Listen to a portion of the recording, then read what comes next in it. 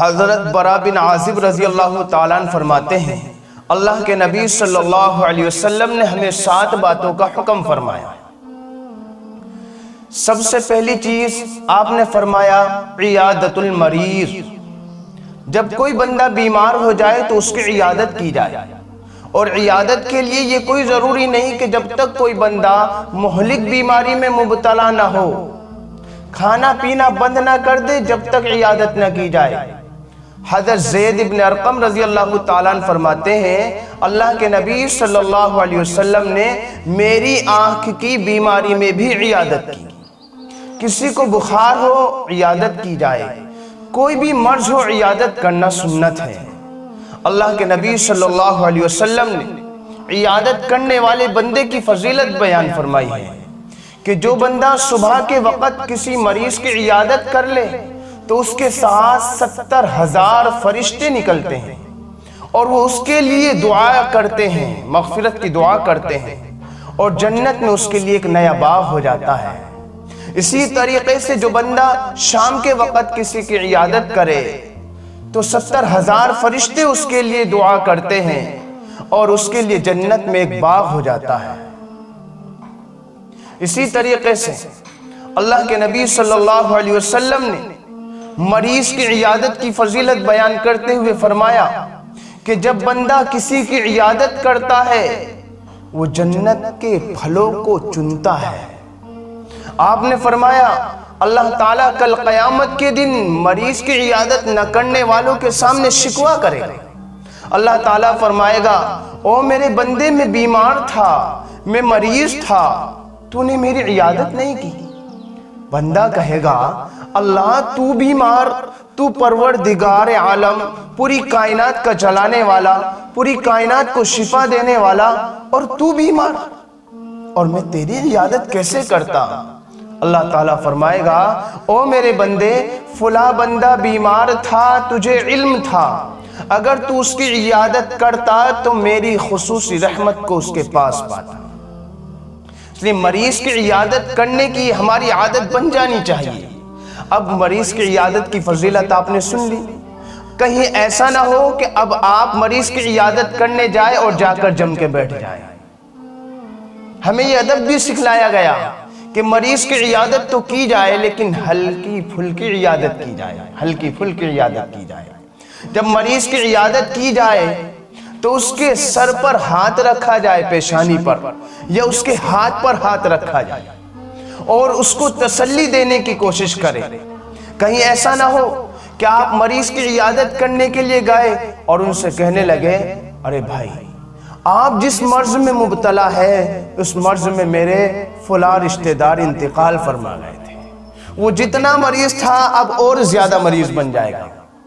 اس کے سامنے کوئی ایسی بات نہ کرے، خوشی کی بات کرے، اسے تسلی دے کہ الحمدللہ 2 دن میں 3 دن میں آپ بالکل شفا یاب ہو جائیں گے۔ اس کے لیے دعا کرے، اس کو تسلی دینے کی کوشش کریں، جم کر نہ بیٹھ جائیں، جم کر نہ بیٹھ جائے۔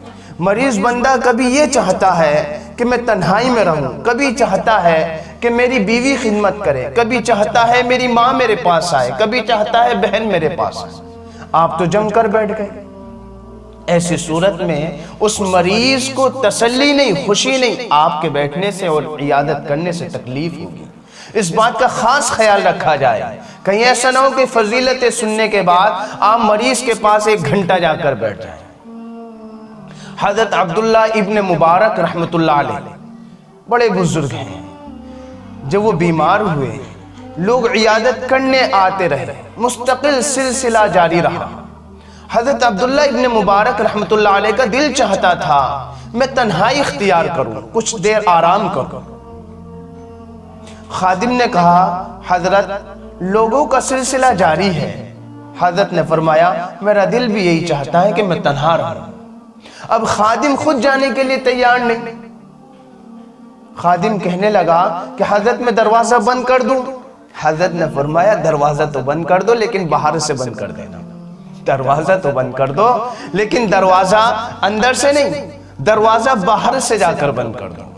تو مریض کے پاس زیادہ دیر نہ بیٹھیں، ہاں کوئی ایسے بلا تکلف دوست بھی ہوتے ہیں جن کے پاس بیٹھنے سے سکون ملتا ہے، کچھ ایسے دوست ہوتے ہیں، تعلقات والے ہوتے ہیں جن کے صرف پاس بیٹھنے سے خوشی ہوتی ہے۔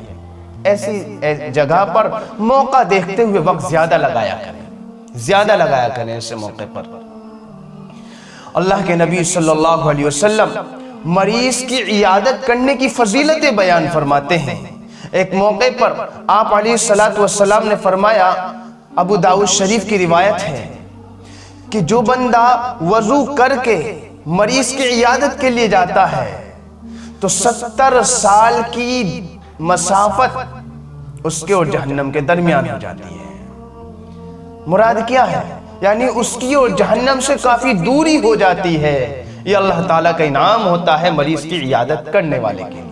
اس لیے اس بات کا خیال رکھا جائے کہ اگر کوئی ہمارے یہاں پر بیمار ہو، محلے میں ہو، رشتہ دار میں ہو، خاندان میں ہو یا دوسرے محلے میں، اور ہمیں علم ہے تو وقت نکال کر اس کی عیادت کرنی چاہیے۔ اس کے لیے ہمیں وقت نکالنا چاہیے۔ ہمارا اخلاقی فریضہ ہے، ہمارا ایمانی فریضہ ہے، یہ سنت ہے۔ آپ علیہ السلام نے دوسری چیز فرمائی، اتباع الجنازہ، جنازے کے پیچھے چلا جائے۔ جنازے کے پیچھے چلنے کی بہت فضیلت ہے۔ اللہ کے نبی صلی اللہ علیہ وسلم نے ارشاد فرمایا، جو بندہ جنازے میں شرکت کرے اور نماز تک شامل رہے اس کو 1 قیراط ثواب ملتا ہے۔ جو بندہ دفن تک ساتھ رہے اس کو 2 قیراط ثواب ملتا ہے۔ صحابہ نے عرض کیا، مل قیراط یا رسول اللہ صلی اللہ علیہ وسلم، یہ قیراط کیا چیز ہیں؟ آپ نے فرمایا، یہ قیراط احد پہاڑ کے برابر ہے۔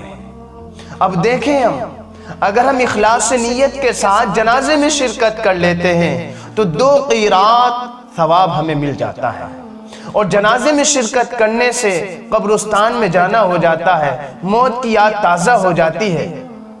اور اصل تو یہ ہے کہ قبرستان تو مستقل جاتے رہنا چاہیے، لیکن مزاج نہیں